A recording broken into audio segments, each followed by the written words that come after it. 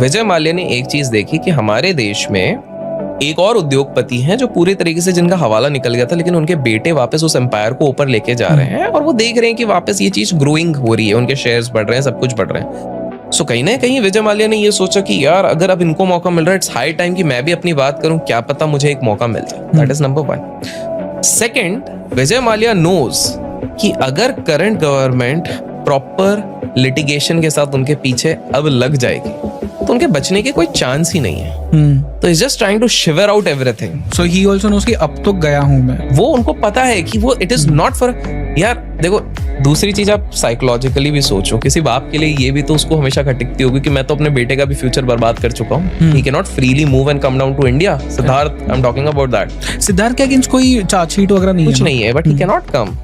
हाँ वो तो ऑफ कोर्स, मतलब उसके he has made so many enemies. His father, बाप का बदला लोग बच्चों से ले लेंगे। करेक्ट। कहीं ना कहीं बाप को भी पता है उम्र हो रही है, कब तक टिकूंगा, तो एटलीस्ट मैं अपने फाइनल अटेम्प्ट तो ट्राई करूं। अगर मुझे यहाँ से क्लीन अप मिल जाता है तो हम कुछ फ्रेश स्टार्ट कर सकते हैं। किंगफिशर ब्रांड तो है ही, उसी को एक्सपांड कर सकते हैं। गलती में समझ गया हूं, मुझे मौका दे दो। प्रॉब्लम पता है क्या थी?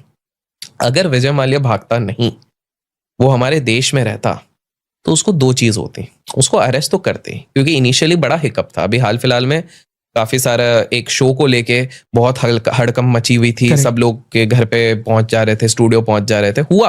लेकिन आज देखो सब कुछ नॉर्मल चल रहा है, सब लोग घूम रहे हैं बढ़िया। पब्लिक तो तब खत्म हो जाएंगे हो जाएंगे, कुछ नहीं होता भाई हमारा देश में। अगर आप सिस्टम के साथ रहते हो तो कुछ नहीं होता। एक ब्रेकिंग न्यूज से दूसरी ब्रेकिंग न्यूज हो जाती है वो। तो उस समय पे ब्रेकिंग न्यूज के चक्कर में माल्या भाई अरेस्ट होते हैं। लेकिन माल्या भाई अरेस्ट होके अच्छे लॉयर से निकल जाते हैं। उसके बाद वो जाते हैं एनसीएलटी पे। एनसीएलटी पे 10-10 हजार करोड़, 20-20 हजार करोड़ की चीजें भी 400 करोड़ में निकली हुई है, 500 करोड़ में निकली है। तो अगर वो लीगल टर्म उस पे जाते और वो एक्सेप्ट कर लेते कि भाई बैंकरप्सी, कंपनी की बैंकरप्सी है, एयरलाइन वाला चैप्टर खत्म हो जाता, गालियां होती। वैसे भी माल्या साहब पीआर में बहुत अच्छे हैं, जो दिख ही रहा है।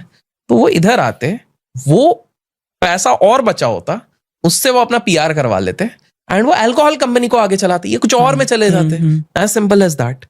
तो ये वाली चीज कर सकते थे। प्रॉब्लम हो गया बीइंग अ भगोड़ा कि भाई मैं 10 दिन के लिए भी क्यों अरेस्ट होऊंगा, मैं 15 दिन के लिए भी क्यों जाऊंगा। ईगो।